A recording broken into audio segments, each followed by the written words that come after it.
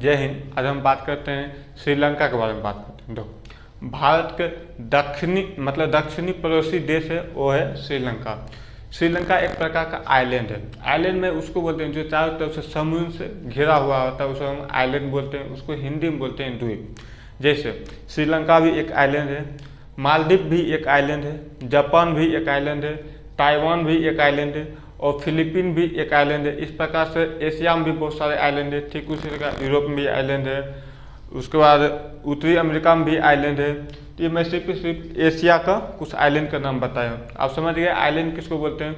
जो समुद्र से चारों बगल घिर जाए उसे हम आइलैंड बोलते हैं। उसको इंग्लिश में बोलते हैं, हिंदी में बोलते हैं द्वीप। और चलो मैं श्रीलंका का कुछ और बारे में और जानकारी जानते हैं। देखो, श्रीलंका का राजधानी जो वो अभी वर्तमान जो राजधानी वो श्री जयवर्धनपुरम, जो मैं आपको नक्शा में उसमें मैं छोटी यानी कि स्मॉल ए से दिखाया हूँ। ठीक ये स्मॉल ए से नीचे में आप देखोगे तो एक है कोलंबो। इस श्री जयवर्धनपुरम से पहले इसकी राजधानी जो वो कोलंबो था। यहीं श्रीलंका के यहीं पे एक एयरपोर्ट है जिसका नाम है कोलंबो एयरपोर्ट। अब देखो, श्रीलंका के बीच सेंटर में यानी कि श्रीलंका के नक्शा के बीच सेंटर में देखिए एक लिखा है कैंडी, जो ये कोलंबो से पहले इसकी राजधानी थी। ये कैंडी से पहले भी इसकी एक राजधानी था जिसका नाम था अनुराधापुरम, जिसको हम कैपिटल डी से दिखाया हूँ। यानी कि श्रीलंका का भी वर्तमान राजधानी श्री जयवर्धनपुरम है।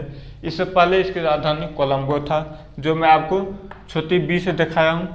इससे पहले इसकी एक राजधानी था जिसका नाम था कैंडी, जिसे हम छोटी सी से दिखाया हूँ।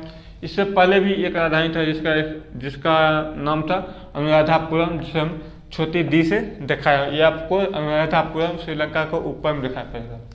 अब देखो, श्रीलंका की जनसंख्या के बारे में बात करते हैं। श्रीलंका की जनसंख्या जो है वो 20.9 मिलियन यानी कि लगभग 2 करोड़ से थोड़ा सा ज़्यादा इसकी जनसंख्या है।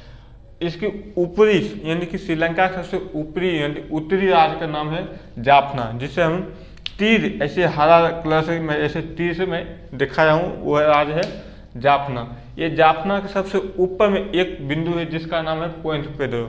ये बार बार पूछता है कि श्रीलंका के सबसे ऊपरी बिंदु क्या नाम है?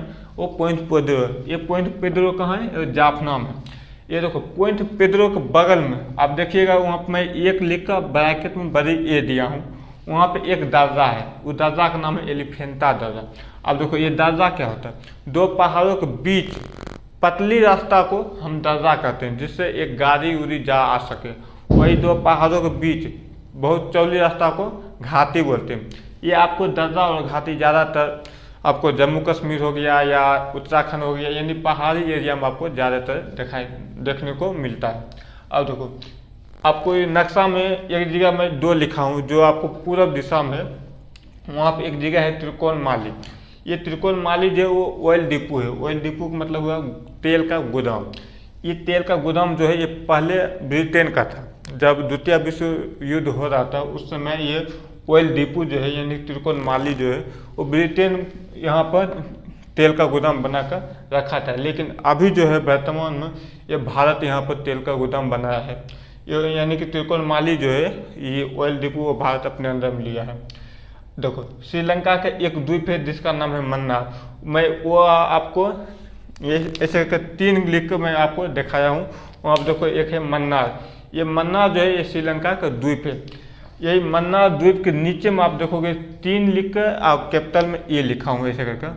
वहाँ पर देखोगे तो एक है मन्नार की खाड़ी, जो ये मन्नार के नीचा में यानी कि मन्नार की खाड़ी जो ये समुद्र है, उस समुद्र का नाम है मन्नार की खाड़ी।